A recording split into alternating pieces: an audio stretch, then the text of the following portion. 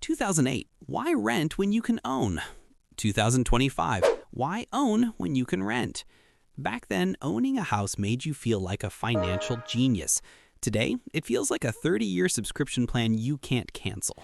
Before crypto bubbles, meme stocks, and buy the dip became life advice, there was the housing market. Everyone believed it could never crash, until it did, and took down the global economy.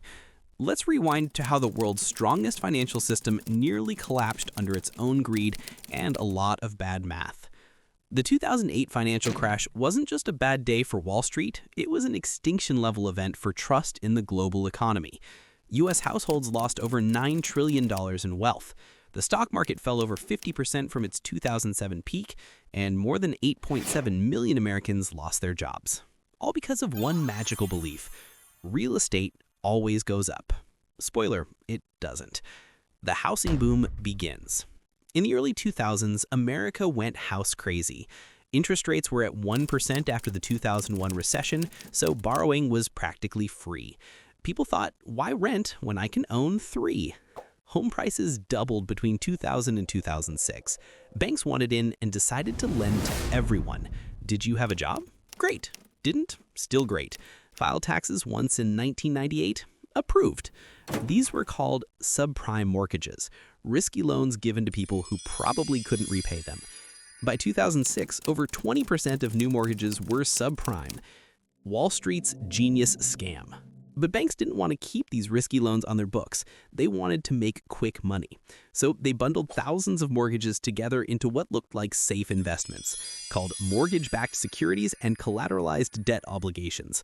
They sold these to investors worldwide: pension funds, insurance companies, even foreign banks. Everyone thought they were safe. After all, the credit rating agencies, Moody's, S&P, and Fitch, stamped them AAA, even though they were full of ninja loans: no income, no job, no assets. By 2007, the U.S. mortgage market had ballooned to $12 trillion, and over $1.3 trillion of that was subprime debt. It was financial alchemy, turning garbage into gold, at least on paper. The party gets crazy. As long as housing prices went up, no one cared. Flipping houses became a national sport. Banks were handing out liar loans, mortgages approved without verifying income. Some exotic loans had 0% down payment and teaser rates that doubled after 2 years. People started buying 5 or 6 homes with borrowed money. By 2006, the average U.S. home cost 4.6 times the median income, compared to just 2.8 times in 2000. Everyone was rich, on paper. Then the music stopped. By mid-2006, housing prices peaked. The Federal Reserve raised rates from 1% to 5.25% to control inflation. Those adjustable rate mortgages reset, and millions of homeowners saw their monthly payments double overnight. Defaults exploded. In 2007 alone, over 1.3 million homes went into foreclosure, a 75% jump from the year before. Banks holding mortgage-backed assets started panicking. The safe securities they sold as AAA turned into junk overnight. The fall of giants. Then came the domino effect. Bear Stearns, an 85-year-old investment bank, collapsed in March 2008. JP Morgan bought it for just $10 per share, down from $170 a year earlier. Fannie Mae and Freddie Mac, which backed over $5 trillion in mortgages, were seized by the government. And then the big one, Lehman Brothers. On September 15, 2008, Lehman Brothers declared bankruptcy, holding over $600 billion in assets. It was the largest bankruptcy in U.S. history. The stock market went into free fall. The Dow Jones lost 777 points in one day, the biggest one-day drop at that time. Credit froze. Banks stopped lending to each other. The global financial system was officially in cardiac arrest. The world panicked. The chaos spread worldwide. European banks like UBS, Deutsche Bank, and Royal Bank of Scotland had also loaded up on toxic U.S. assets. The global stock market lost $30 trillion in value by early 2009. Global trade fell by over 12%, the steepest drop since World War II.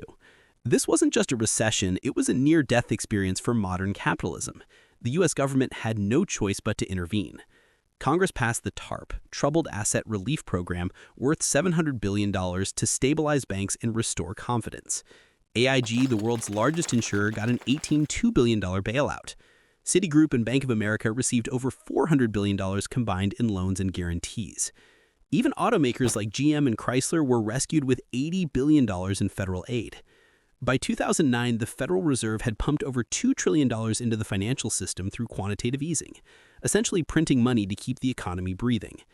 The fallout reshaped the world. The U.S. employment rate hit 10% in 2009. Home prices fell by 30% nationwide. Over 8 million foreclosures hit American families. In response, the Dodd-Frank Act of 2010 tightened banking regulations. Wall Street bonuses were capped for about 5 minutes, and a mysterious new digital idea called Bitcoin appeared in 2009, born directly from the ashes of the crash. So here we are. 2008 said, why rent when you can own?